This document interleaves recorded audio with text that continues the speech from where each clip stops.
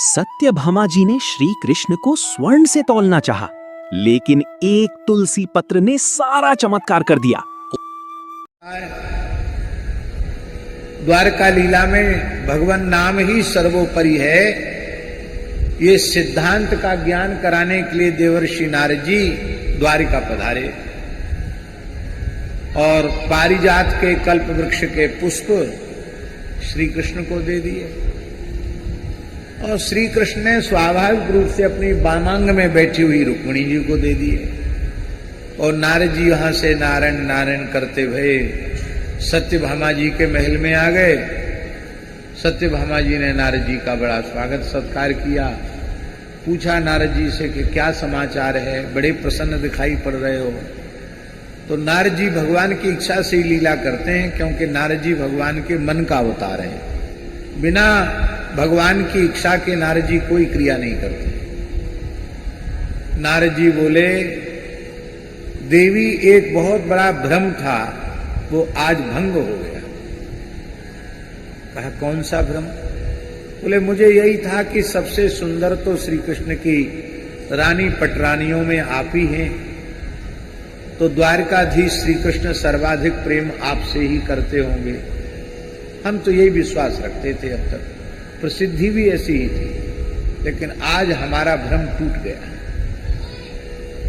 हम कल्पवृक्ष के पुष्प लाए थे इसलिए कि श्री कृष्ण तुमको ही देंगे, तुम्हारा तो नाम तक नहीं लिया, रुक्मिणी जी को दे दिया। तो हमें पता चल गया कि तुमसे प्रेम नहीं है, रुक्मिणी जी से ही प्रेम है। नारद जी ऐसा कह के नारायण नारायण कह के चले गए, रुक्मिणी जी एकदम आग बबूला हो गई। सत्यभामा जी, रुक्मिणी जी बहुत सरल हैं। रुक्मिणी जी मान करना नहीं जानती, रूसना नहीं जानती रुक्मिणी जी, पर सत्यभामा जी मानवती, बार बार रूस जाती हैं। तो ठाकुर जी सत्यभामा जी को मनाते हैं। सत्यभामा जी रूस गई। भगवान आए तो सत्यभामा जी तो को भवन में पड़ी थी, वस्त्राभूषण सब उतार के रो रही थी। भगवान ने कहा क्या हुआ? बोले कुछ मत पूछो, अब तो बस आत्महत्या करना पाप है, आत्महत्या तो करूंगी नहीं। अन्न जल त्याग दिया मैंने, अनशन करके प्राण विसर्जन कर दूंगी। मैं बिना बाप की हूं। शास्त्री जी, सत्यभामा बोली मैं बिना बाप की हूं।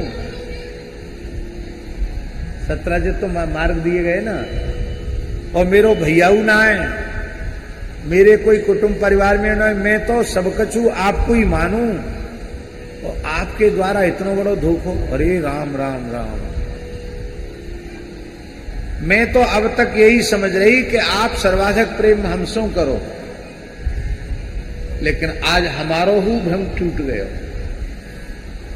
भगवान ने पूछी सत्यभामा जी कैसी उखड़ी उखड़ी बातें कर रही हो, हमारे कुछ समझ में नहीं आता।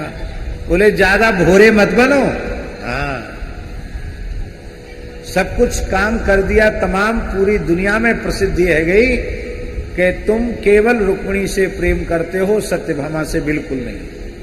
कि कौन कह रहे हो या बात करे, कौन नाए कह रहे हो? तीनों लोकन में चक्कर लगाते भय देवर्षि नारद जी विन्ने आए के आज कही, और सारी घटना सुनाई। समझ गए भगवान के नारद जी कोई काम कच्चा करते नहीं, सब काम पक्का ही करते हैं। तो ठाकुर जी ने बहुत कोशिश करी मनाए हुए की, पामन में पड़ गए, हाथ जोड़े, हा खाई। सत्यभामा जी बोले नहीं, अब तो निश्चय हो गया, तो बस मैं प्राण ही त्यागूंगी। ठाकुर जी ने कहा कैसे मानोगी? देखो देवी मान जाओ, रुक्मिणी को तो केवल हमने पुष्प दिए, तुम्हारे आंगन में कल्पवृक्ष लगा दूंगा, तुम्हारे घर के बगीचे में कल्पवृक्ष लगा दूंगा स्वर्ग का, खूब श्रृंगार करो। इतना सुनते ही सत्यभामा जी राजी हो गई, प्रसन्न हो गई। वाह, भगवान ने सत्यभामा जी के आंगन में अपने वचन की पूर्ति के अनुसार कल्पवृक्ष स्थापित कर दिया। अब तो बड़ा उत्सव द्वारिका में मनाया गया। इतने पुष्प होते कि केवल भगवान कृष्ण की 16,100 रानी पटरानी अपने केसों का श्रृंगार नहीं करती, द्वारिका की अन्य नागरियां भी अपने केस पास में कल्प वृक्ष के पुष्पों को धारण करने लगी। बड़ी शोभा हुई। सत्यभामा जी ने सोचा ये सब नारद जी की कृपा है। नारद जी आके ऐसा न कहते तो काहे को कल्प वृक्ष लगते हमारे आंगन में। तो श्री नारद जी एक दिन पधारे तो बढ़िया कल्प वृक्ष के फूलन को गजरा बनाए के गुरु जी को धारण करायो। नारद जी की जूड़ा में, नारद जी के कर कमल में खूब सुंदर पुष्प के हार बनाए के सत्यभामा जी ने धारण करा। नारद जी ने कहा अच्छो ये तो कल्प वृक्ष के पुष्प हैं। अरे गुरु जी सब आपकी कृपा है, आप न कहते तो काहे को हमारे आंगन में कल्प वृक्ष लगतो। अब एक बात हो गई, अब आप कहूं मत कहियो कि श्री कृष्ण हमते कम प्रेम करें, सबते अधिक प्रेम हमसो ही करें। देखो हमारे आंगन में कल्प वृक्ष लगो भयो है, पर बात एक है। कहा बात है? बोले बात एक है। क्या बात है? बोले ये कृष्ण हमें सदा सर्वदा मिले रहें, इनसे हमारा कभी वियोग न हो, कभी विछोह न हो, ऐसी कृपा आप हमारे ऊपर करें। नारद जी तो भगवान कृष्ण से अधिक उनके नाम की महिमा है, इस रहस्य का ज्ञान कराना चाहते थे। इसलिए भगवान श्री कृष्ण ने कहा, नारद जी ने कहा कि देखो सत्यभामा जी, इसका तो एक ही उपाय है। जो वस्तु दान की जाती है सुपात्र को, वही अनंत जन्मों तक मिलती रहती है, कभी उसका अभाव नहीं होता है। यदि तुम श्री कृष्ण का दान कर दो किसी सुपात्र को, तो फिर जब कभी भी तुम्हारा जन्म होगा श्री कृष्ण ही तुम्हें पति रूप से मिलेंगे। सत्यभामा जी बातों में आ गई। वो तो सोचती थी काली संकल्प पढ़ना है, ठाकुर जी थोड़ी कहीं जाएंगे। बोले महाराज सुपात्र कहां से खोजें? नारद जी बोले वैसे तो हम विरक्त महात्मा हैं, संकल्पित दान पुण्य नहीं लेते। संकल्पित दान लेना गृहस्थ ब्राह्मणों का काम है, बाबा जियों का काम नहीं है। हम संकल्पित दान नहीं लेते। लेकिन यदि श्री कृष्ण का दान मिले तो संकल्प पूर्वक भी ले लेंगे, कोई बात नहीं। तो नारद जी ने संकल्प बोला और अच्युत गोत्रोत्पन्नाय देवर्षि नारदाय तुभ्यमहम संप्रददे। जैसे ही दान का जल हाथ में आया श्री नारद जी के, नारद जी ने अपनी वीणा ठाकुर जी को दे दी। बोले अब तुम हमारे दान में आए हो, चलो हमारे संग। कहाँ? बोले कहाँ? अरे को यजमान ब्राह्मण को गैया को दान करे तो गैया को गिरमा पकड़ाए दे, और जहां जहां वो जाए वहां गैया जाए। आप हमें दान में मिले हो, अब रहो हमारे संग। ये बीणा वाले जो होते हैं ना, बड़े उस्ताद, वो जब मंच पर प्रस्तुति देने आते हैं तो खुद उठा के नहीं लाते हैं। एक उनका चेला होता, वो ऐसे वीणा सितार लेके आता है। तो वैसे ही नारद जी गुरु जी के रोल में, अभिनय में, और श्री ठाकुर जी शिष्य के अभिनय में वीणा लेके जाने लगे। सत्यभामा जी ने रोना शुरू किया, गुरु जी ये क्या कर रहे हैं, इनके बिना तो सारी द्वारिका सूनी है। अरे बोले देखो, दान की हुई वस्तु को दाता अपने पास रखता है तो बड़ा दोष लगता है। तुमने जब दान कर दिया तो तुम्हारे पास थोड़ी रहेंगे, अगले जन्म में मिलेंगे। बोले अगलो जन्म देखो कौन है, या जन्म में हमारो मरवो है गयो। बहुत रोई सत्यभामा, पूरे द्वारिका में हाहाकार मच गया। ठाकुर जी ने भी समझाया, अब तो दान कर दिया, अब तो हम इनके ही संग जाए।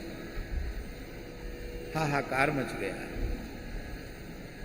तब फिर लोगों ने नारद जी से कहा, संत हृदय नवनीत समाना, आप तो मक्खन के जैसे हृदय के हो, आप दया करो, देखो सबरे द्वारिकावासी रोए रहे हैं। नारद जी ने कहा वैसे तो हमें दया नया नहीं आ रही आज। क्यों? ठाकुर जी मिल जाएं फिर ठाकुर जी को छोड़े कौन। लेकिन चलो, हम लोग भिक्षा लेते हैं साधु, और रोग आके जो दे उसकी नहीं लेते हैं। तुम लोग बहुत रो रहे हो, कोई बात नहीं, लेकिन दोष लगेगा क्योंकि तुमने संकल्प पूर्वक दिया है। इस दोष की निवृत्ति के लिए ऐसा करो, श्री कृष्ण के बराबर तौल कर सोना दे दो। श्री कृष्ण के बराबर तोल कर सोना दे दो, धन दे दो, तो निष्क्रय भूत जो द्रव्य है उससे उस संकल्प की पूर्ति कर ली जाए। सत्यभामा जी के पास सोना बहुत था, क्योंकि उनका बाप सत्राजित स्यमंतक मणि लाया था जो 8 भार सोना उगलती थी, लगभग 886 क्विंटल सोना।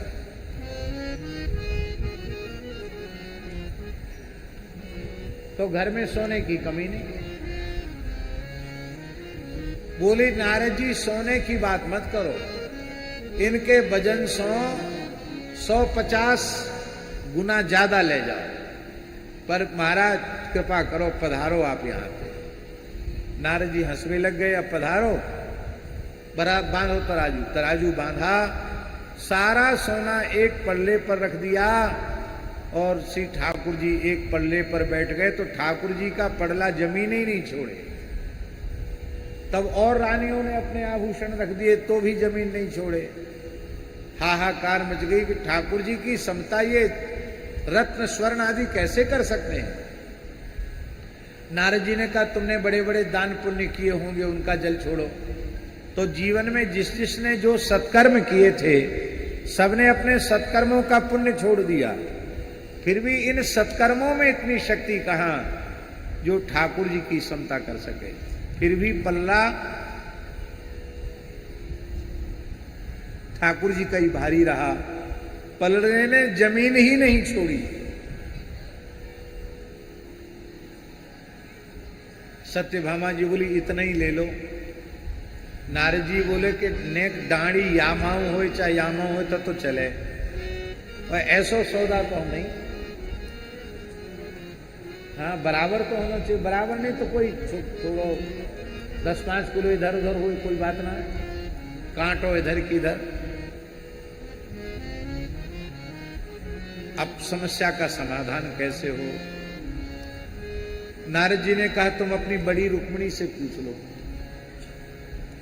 रुक्मिणी जी से कहा, रुक्मिणी जी शांत थी, कुछ बोल नहीं रही थी। कहा जी अब तक के मेरे जो भी अपराध हैं क्षमा करो, अब बताओ ठाकुर जी जाए नहीं रह जाएं द्वारिका में, सो उपाय बताओ। रुक्मिणी जी ने कहा एक तुलसी को पत्ता लाओ। तो तुलसी को दल पत्ता लेके आई सत्यभामा जी, और श्री रुक्मिणी जी ने तुलसी के पत्ता पे लिख दियो श्री कृष्ण। क्या लिख दियो? श्री कृष्ण। बोले सब सोना चांदी सब उतार दो या पत्ता को धर दो। सत्यभामा जी बोली अब पत्ता में कहां तुलवे वाले। बोले रखो तो सही। जैसे ही पत्ता रखो कि पत्ता वालों जो पलड़ा हो वो तो भूमि सो चिपक गया हो, और ठाकुर जी ऊपर में झूला झूलने लग गए। नारद जी बोले हमें ऐसो भरोसा नहीं हो कि तुम इतने हल्के हो, इतने हल्के फुलके को लेके मैं कहा करूंगा। आपको नाम सबसों भारी है, आपको नाम ही सर्वोपरि है। आप लीलाधारी हो, जहां चाहो वहां रह के लीला करो। हम संतन को तो अपने नाम को प्रदान कर दो। आपको नाम हमारे हृदय में प्रतिष्ठित है जाए, आपको नाम हमारी जिह्वा पे प्रतिष्ठित है जाए। और महाराज जी नारद जी वा तुलसी के दलकू जामे श्री कृष्ण लिखो भयो हो, वा दलकू अपने जिह्वा पे पधराए के बीणा बजा बजा के नाचवे लग गए। कृष्ण कृष्ण कृष्ण कृष्ण कृष्ण कृष्ण कृष्ण।